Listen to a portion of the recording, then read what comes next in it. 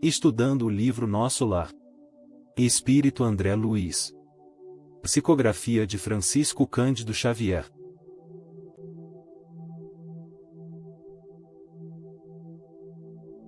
Considerações iniciais.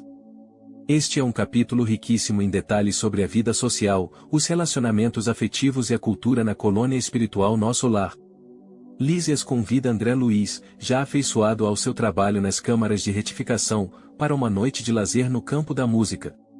Após obter permissão de seu superior, André Luiz acompanha Lísias. Este capítulo funciona como uma janela para a vida cotidiana e o lazer em nosso lar, mostrando que a existência espiritual não é apenas trabalho e prece, mas também envolve beleza, arte, relacionamentos e aprendizado contínuo. Então, vamos prestar atenção nos detalhes desse capítulo. Capítulo 45. No campo da música.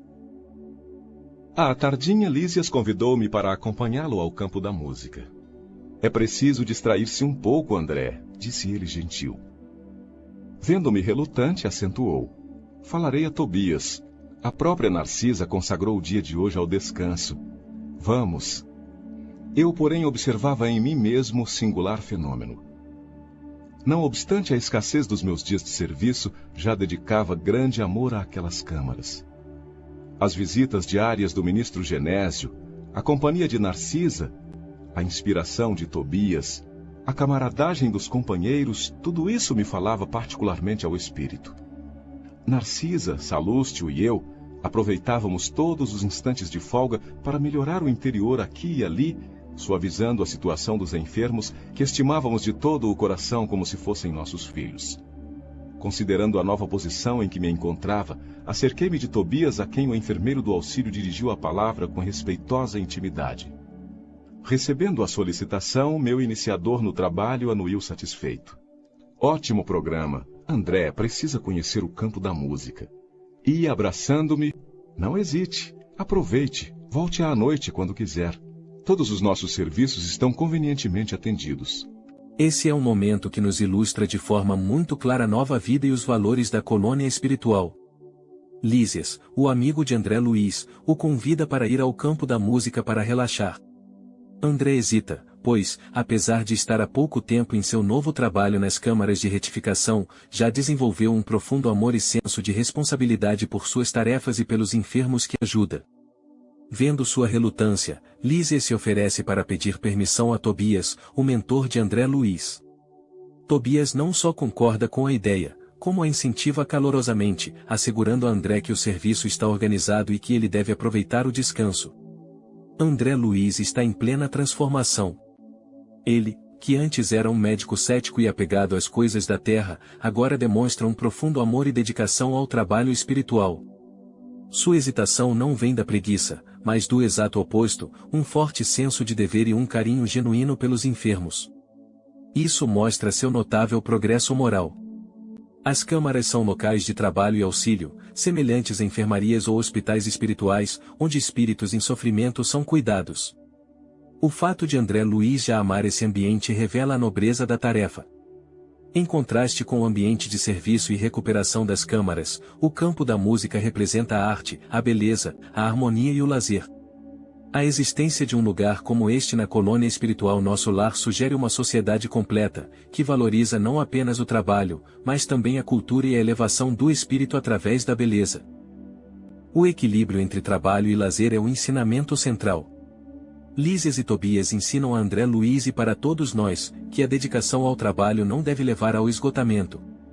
O lazer, a arte e a distração são ferramentas essenciais para a renovação das energias e para o próprio bem-estar espiritual.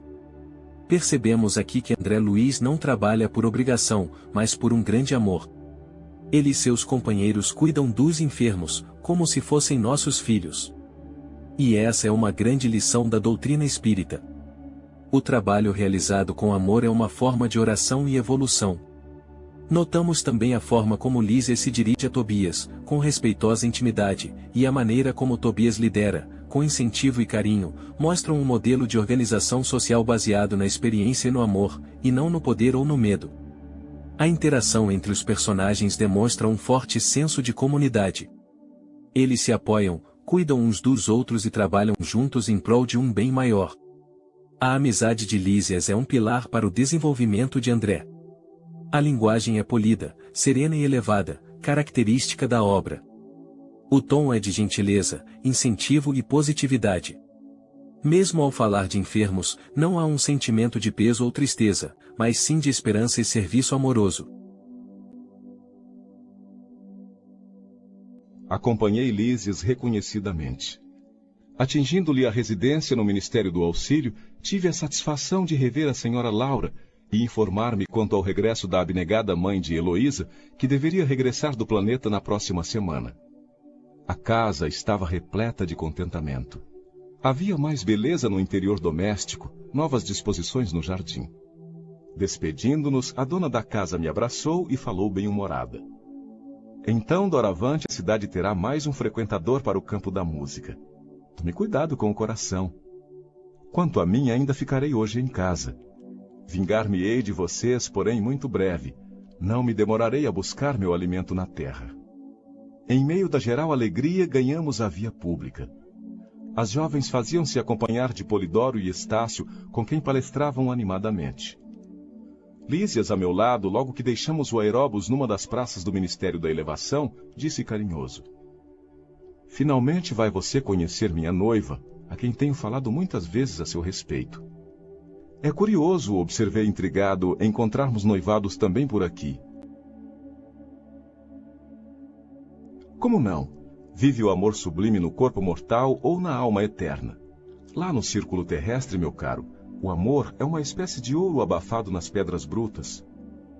Tanto o misturam os homens com as necessidades, os desejos e estados inferiores, que raramente se diferenciará a ganga do precioso metal. A observação era lógica.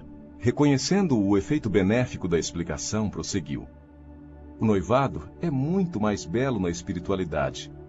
Não existem véus de ilusão a obscurecer-nos o olhar. Somos o que somos. Lacínia e eu já fracassamos muitas vezes nas experiências materiais. Devo confessar que quase todos os desastres do pretérito tiveram origem na minha imprevidência e absoluta falta de autodomínio. A liberdade que as leis sociais do planeta conferem ao sexo masculino ainda não foi devidamente compreendida por nós outros. Raramente algum de nós a utiliza no mundo em serviço de espiritualização. A miúde convertemo-la em resvaladouro para a animalidade. As mulheres, ao contrário, têm tido até agora a seu favor as disciplinas mais rigorosas. Na existência passageira sofrem-nos a tirania e suportam o peso das nossas imposições. Aqui, porém, verificamos o reajustamento dos valores. Só é verdadeiramente livre quem aprende a obedecer. Parece paradoxo e, todavia, é a expressão da verdade. O diálogo entre Lísias e André Luiz serve para nos ensinar conceitos espirituais importantes. Lísias descreve o amor terreno como ouro abafado nas pedras brutas. Ou seja, o sentimento puro, o ouro está misturado com interesses materiais, desejos egoístas, orgulho e paixões inferiores, a pedra bruta. É difícil separar o amor verdadeiro das ilusões e necessidades do corpo. E mais, o noivado é muito mais belo, porque não existem véus de ilusão. Os espíritos se apresentam como realmente são, somos o que somos, sem as máscaras sociais ou os enganos do ego. O relacionamento se baseia na afinidade real e na verdade das almas. Lísias também faz uma autocrítica contundente sobre o comportamento masculino na Terra. Segundo ele, a liberdade que a sociedade terrena concede aos homens é, na maioria das vezes, mal utilizada.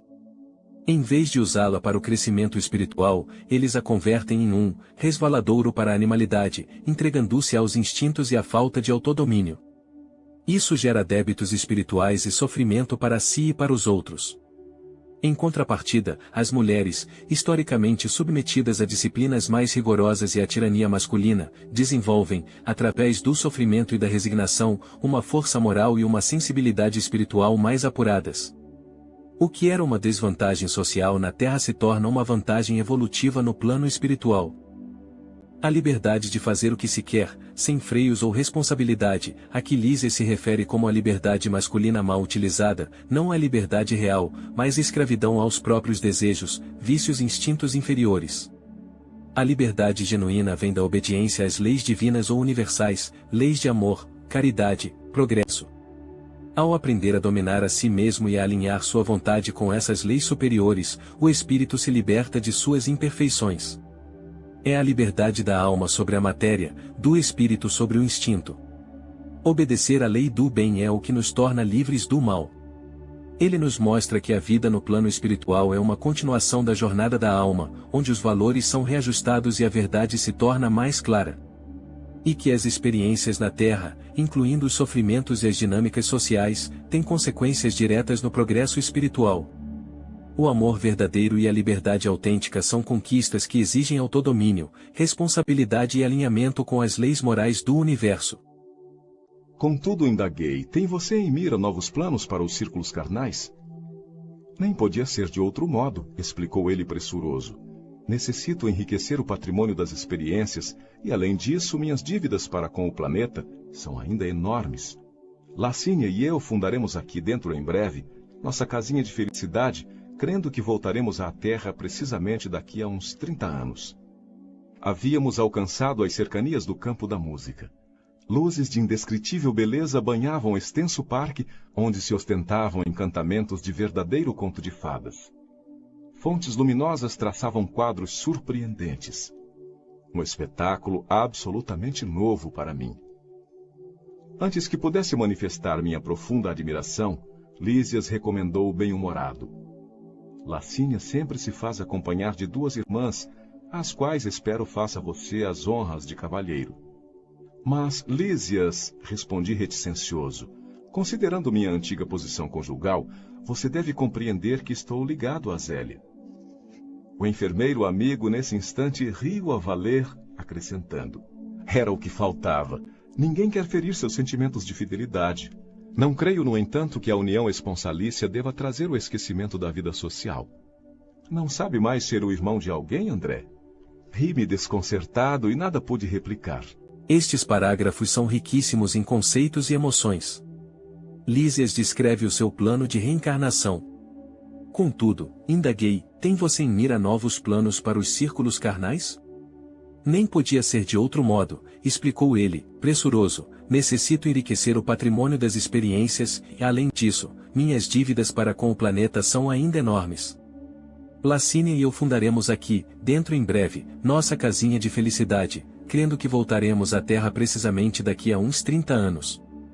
Lísias apresenta 2 razões fundamentais, que são pilares do pensamento espírita: enriquecer o patrimônio das experiências, porque a reencarnação é como uma escola, uma oportunidade de evolução através de novas vivências.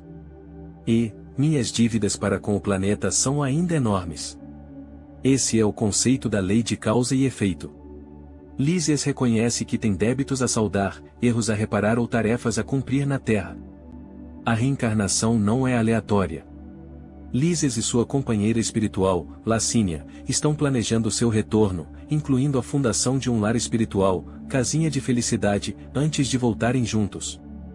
O prazo de 30 anos mostra como o tempo é visto e planejado no mundo espiritual. A descrição do campo da música nos mostra a paz, a beleza e a organização da colônia nosso lar com as dificuldades e a materialidade grosseira da vida na Terra.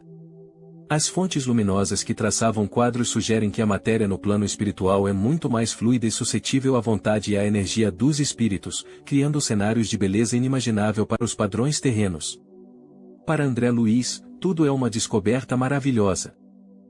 Encontramos aqui a parte mais didática e humana do diálogo. Lísias simplesmente sugere que André Luiz seja cortês, faça as honras de cavalheiro com as irmãs de Lacínia, um gesto de socialização comum, mas André Luiz interpreta o pedido sob a ótica terrena do ciúme e da exclusividade conjugal. Ele ainda se sente ligado a Zélia, sua esposa que ficou na terra, e teme que ser cavalheiro com outras mulheres seja uma traição. Sua hesitação, reticencioso, mostra o quanto ele ainda está preso aos valores e inseguranças de sua vida passada. Lísias reagiu com bom humor, desfazendo o mal-entendido. Sua resposta ensina a André Luiz e a todos nós uma lição fundamental, que a fidelidade a um amor não deve significar o fim da vida social ou o esquecimento dos deveres de fraternidade. E a pergunta final, não sabe mais ser o irmão de alguém, André, é o ensinamento central. Lísias o convida a expandir seu conceito de relacionamento para além do amor romântico e possessivo, abraçando o amor fraterno e a cortesia universal. O nosso aprendizado aqui é que o amor verdadeiro, na visão espírita, é expansivo, inclusivo e fraterno, não se limitando aos laços exclusivos e, por vezes, possessivos da terra. Nesse momento atingimos a faixa de entrada, onde Lísias pagou gentilmente o ingresso. Notei ali mesmo grande grupo de passeantes em torno de gracioso coreto, onde um corpo orquestral de reduzidas figuras executava música ligeira. Caminhos marginados de flores desenhavam-se à nossa frente, dando acesso ao interior do parque em várias direções. Observando minha admiração pelas canções que se ouviam, o companheiro explicou. Nas extremidades do campo, temos certas manifestações que atendem ao gosto pessoal de cada grupo dos que ainda não podem entender a arte sublime. Mas no centro temos a música universal e divina, a arte santificada por excelência. Percebemos que a descrição inicial pinta um quadro muito agradável e acolhedor, um parque, campo com um gracioso coreto, caminhos marginados de flores e pessoas passeando. A atmosfera é de paz e beleza, similar a um belo parque terrestre, o que nos ajuda a nos sentirmos familiarizados com o local. Lísias, o guia, é gentil ao pagar o ingresso, mostrando a organização e a cortesia que regem a vida na colônia. Mas, pagar para entrar no campo da música? Por que pagar?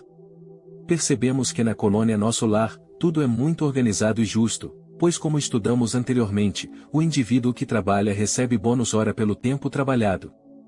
E justamente aqueles que trabalham têm oportunidades como essa de irem ao campo da música, enquanto aqueles que não desejam ou não querem trabalhar, não conseguem conviver em harmonia e com os prazeres. André Luiz sente-se atraído pela música ligeira executada pela orquestra no coreto. Essa música é agradável, leve e de fácil assimilação, representando as formas de arte com as quais estamos mais acostumados na Terra. A explicação de Lísias é a chave para a compreensão da filosofia do lugar. Ele estabelece uma clara hierarquia e propósito para a arte quando explica que há manifestações artísticas que atendem ao gosto pessoal. São destinadas àqueles que ainda não podem entender a arte sublime. Isso não é um julgamento depreciativo, mas uma constatação do estágio evolutivo. A colônia oferece o que cada um consegue absorver e apreciar, respeitando seu nível de sensibilidade. No centro, encontra-se a música universal e divina, a arte santificada, por excelência. Esta representa uma forma de arte superior, que não se baseia em gostos individuais ou culturais, mas que toca a essência do espírito e se conecta com o plano divino.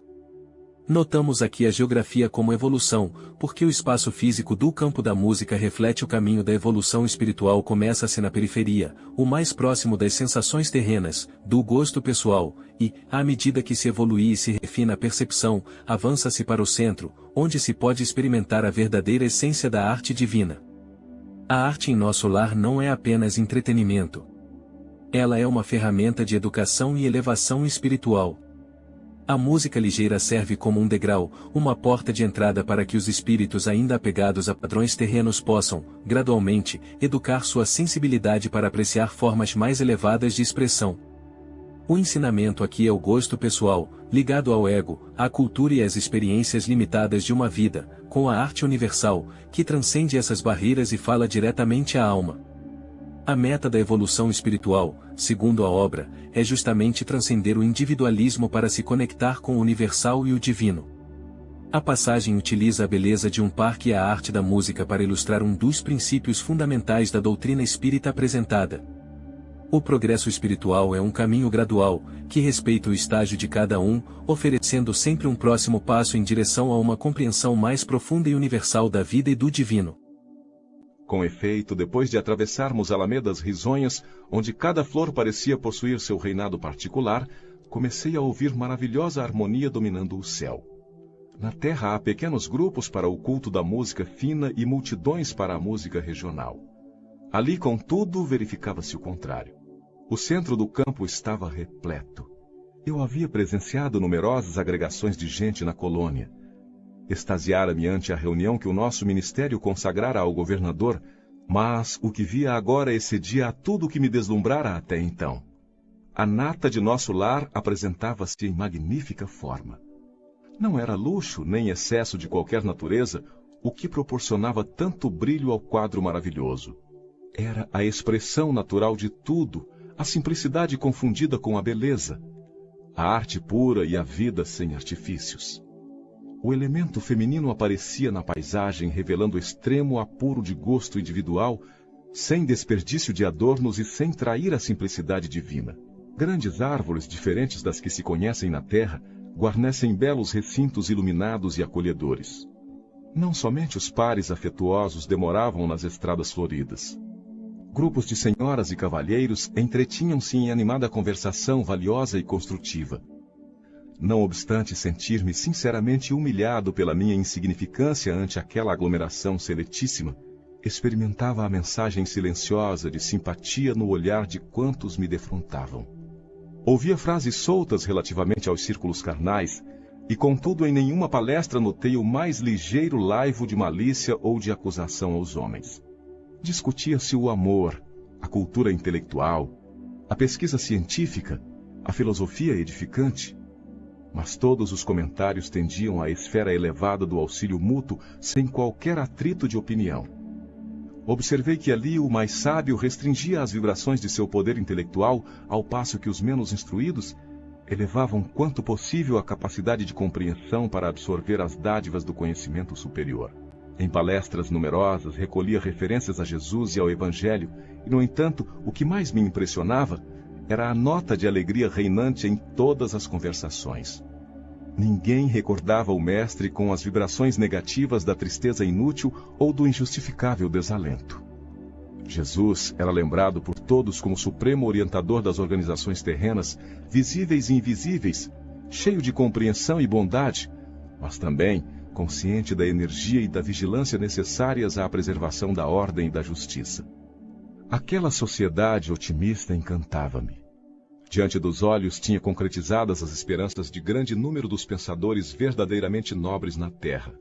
Grandemente maravilhado com a música sublime, ouvi-lhes dizer: nossos orientadores em harmonia absorvem raios de inspiração nos planos mais altos, e os grandes compositores terrestres são por vezes trazidos às esferas como a nossa, onde recebem algumas expressões melódicas, transmitindo-as por sua vez aos ouvidos humanos, adornando os temas recebidos com o gênio que possuem.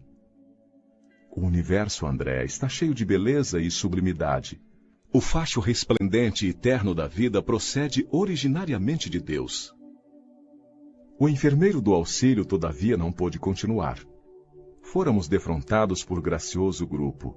Lacínia e as irmãs haviam chegado, e era preciso atender aos imperativos da confraternização. Mais uma vez percebemos que o cenário é descrito como uma versão idealizada e superior da natureza terrestre. A beleza do local não vem do luxo ou do excesso, mas da expressão natural de tudo, a simplicidade confundida com a beleza, a arte pura e a vida sem artifícios. Isso estabelece um contraste direto com os valores materiais da terra, onde a opulência é frequentemente confundida com valor. Destaca-se uma sociedade evoluída, onde as interações são construtivas e harmoniosas. É de se notar também a valorização da música fina. Ao contrário da terra, onde a música popular, regional, atrai multidões e a música fina, atrai pequenos grupos, em nosso lar a música sublime e harmoniosa é o que congrega a todos. Isso simboliza uma inversão de valores, onde o refinamento espiritual e cultural é a norma. Percebemos também que as conversas são edificantes, não contêm o mais ligeiro laivo de malícia ou de acusação. Os temas são elevados: amor, cultura, ciência, filosofia. O objetivo é sempre o auxílio mútuo.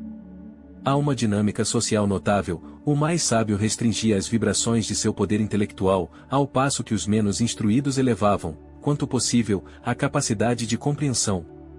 Isso descreve uma sociedade de aprendizado colaborativo, sem arrogância ou competição, onde o conhecimento é compartilhado com humildade e recebido com esforço. A forma como Jesus é percebido é um dos pontos mais importantes e reveladores.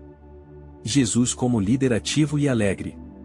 Ele não é lembrado com tristeza inútil ou do injustificável desalento. Pelo contrário, a lembrança do Mestre inspira alegria. Ele é visto como um supremo orientador, cheio de bondade, mas também de energia e da vigilância necessárias à preservação da ordem e da justiça.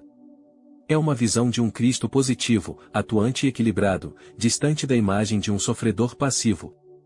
A explicação de Lísias sobre a origem da música oferece uma visão espiritual do processo criativo. A beleza e a inspiração vêm de Deus e fluem nos planos mais altos. Os grandes artistas da Terra são, por vezes, trazidos a essas esferas espirituais para receber expressões melódicas, que depois adaptam com seu próprio gênio. Isso posiciona a genialidade artística não como uma criação puramente humana, mas como uma canalização ou interpretação de uma realidade superior. André Luiz se sente sinceramente humilhado por sua insignificância diante daquela sociedade evoluída. No entanto, ele não se sente excluído, pois percebe uma mensagem silenciosa, de simpatia nos olhares. Sua posição de observador maravilhado nos permite descobramos nosso lar junto com ele, tornando a experiência mais imersiva e didática. Considerações finais. Este é um capítulo riquíssimo em detalhes sobre a vida social, os relacionamentos afetivos e a cultura na colônia espiritual Nosso Lar. Funciona como uma janela para a vida cotidiana e o lazer em nosso lar, mostrando que a existência espiritual não é apenas trabalho e prece, mas também envolve beleza, arte, relacionamentos e aprendizado contínuo. A insistência de Lísias, é preciso distrair-se um pouco, e a aprovação de Tobias mostram a importância do descanso e do lazer para o reequilíbrio espiritual. André Luiz, embora dedicado ao trabalho, aprende que a vida plena envolve outras atividades. Lísias também nos oferece uma profunda reflexão sobre o amor. Na Terra, ele é como ouro abafado nas pedras brutas, misturado a interesses e desejos inferiores. No plano espiritual, o amor é puro, pois não existem véus de ilusão. As almas se veem como realmente são. Percebemos também que a preocupação de André Luiz com sua esposa Zélia é tocante e humana. A resposta bem-humorada de Lísias é um ensinamento, pois a fidelidade conjugal não implica isolamento social. É possível ser fraterno e social sem trair os laços afetivos. Não sabe mais ser o irmão de alguém, André? Lísias faz uma autocrítica honesta sobre suas vidas passadas, admitindo que sua imprevidência e absoluta falta de autodomínio o causaram desastres. Ele ainda faz uma análise social interessante, liberdade de gênero, evidenciando a liberdade concedida aos homens na Terra é frequentemente mal utilizada, levando à animalidade. As mulheres, por outro lado, submetidas a disciplinas mais rigorosas, acabam desenvolvendo virtudes que as favorecem na vida espiritual.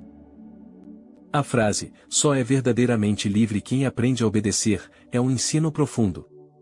Sugere que a liberdade não é fazer o que se quer, mas alinhar a própria vontade às leis divinas, o que leva à harmonia e ao verdadeiro poder pessoal, nos mostrando o que é a verdadeira liberdade.